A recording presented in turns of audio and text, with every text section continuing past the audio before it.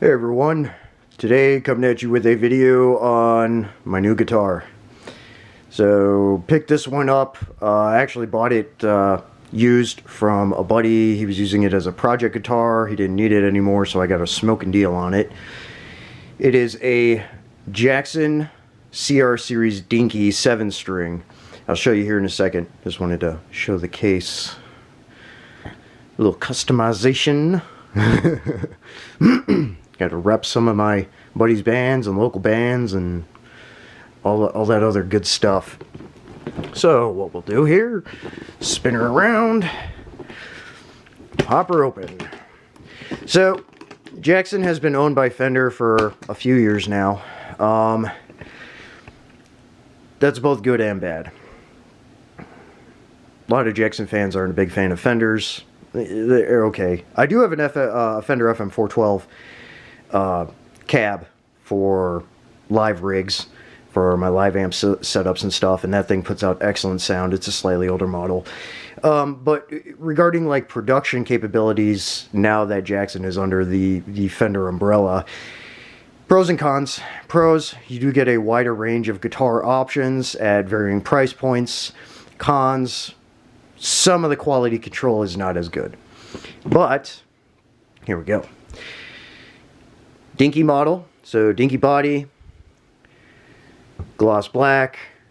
It's got the non-typical Jackson headstock for the 7-string. Standard maple neck fretboard all the way around. Piranha inlays, which I really like. Non-fanned cut nut here for the strings. String through bridge, because those are far more optimal than Floyd Rose. You cannot tell me otherwise. String through supremacy. And it came with the stock passive Jackson pickups, which are okay. Much more of a treble high-end capacity to them. Not as much low-end, although on a 7-string they sound really fucking good. Knob placements, you got volume here, tone here, selector. So just a 3-position.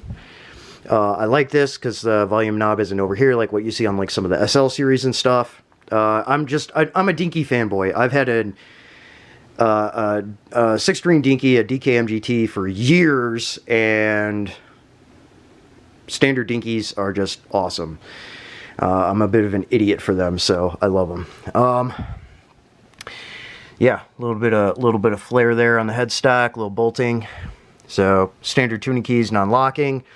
This is a Chinese-made one, bolt-on neck, 4-bolt, which is nice. So it is a Chinese model, string through, all that good stuff. So yeah, 7-string Jackson. This is not quite their lowest end, but it's on the lower of their medium end range of Dinkies, 7-string Dinkies. Their lowest end 7-string Dinkies and 6-string Dinkies go for about $200. This one goes for a little bit more, but again, I got a smoking deal on it because it's used. So that's just some of the features of it. If you like Dinkies, you're gonna like this. Extremely nice fretboard. Look at that profile. You could just fly on this thing. And I play fast. Clip of Aposticum jam sessions will be on the end here. You can see me playing this. Yeah, just overall. So 3 on top, 4 on the bottom as far as the peg and nut layout for the strings. It's fine. I would have preferred to have a reverse headstock on here, the more classic, but honestly, this is okay, and it looks pretty good. I like the point on it and everything. Like, it looks pretty good. I actually like the contrast of this of the maple color fretboard too. It just looks cool. It looks nice. So, really nice guitar for what it is. Even though it is a Chinese-made one, again, part of that Fender production aspect, which is why I brought that up earlier. I really like this thing, man. I've gotten very comfortable playing it over a very short period of time because I'm already used to playing Dinkies. So if you're used to a little bit thinner fretboards, so Dinkies and like your LTDs and stuff, like your E2s and some of those, this is going to be really up your alley. if you're just kind of starting out, I would not recommend picking something like this up. You're going to want to, you got to work on your fundamentals first. You got to build up some time on guitars. Start with 6 strings too, and then work your way up to 7 strings, because otherwise you're going to get lost in the sauce. That was something that happened to me, you know, in the past too.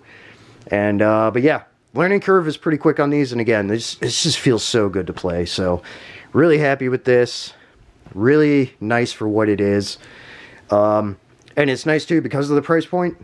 I'm going to end up picking up a couple of these for tour lineup guitars so that I have backups. And it's not going to break the bank, which is really cool. And I've just got it in a Roadrunner guitar case, kind of a universal guitar case. Not a form-fit one, but that's fine. Being a 7-string, it is a bit longer, so like your standard Jackson 6-string cases and stuff, this is not going to fit in here because of this headstock. It is probably about 2 inches longer than your typical headstock. So look at some of the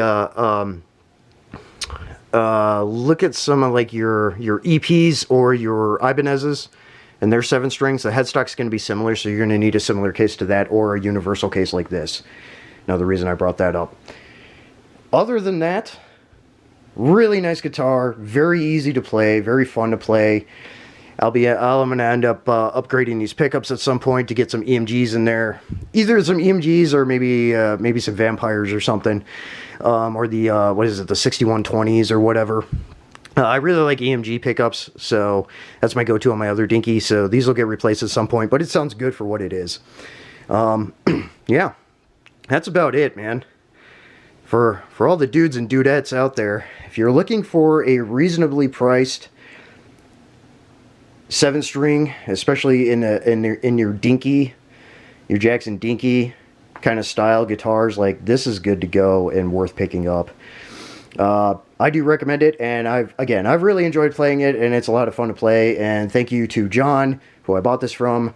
Solid hookup, dude. Thanks. And yeah, this is just awesome. So love this guitar.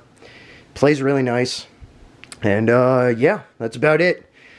Worth picking up. It's fairly straightforward. 7-string Dinky.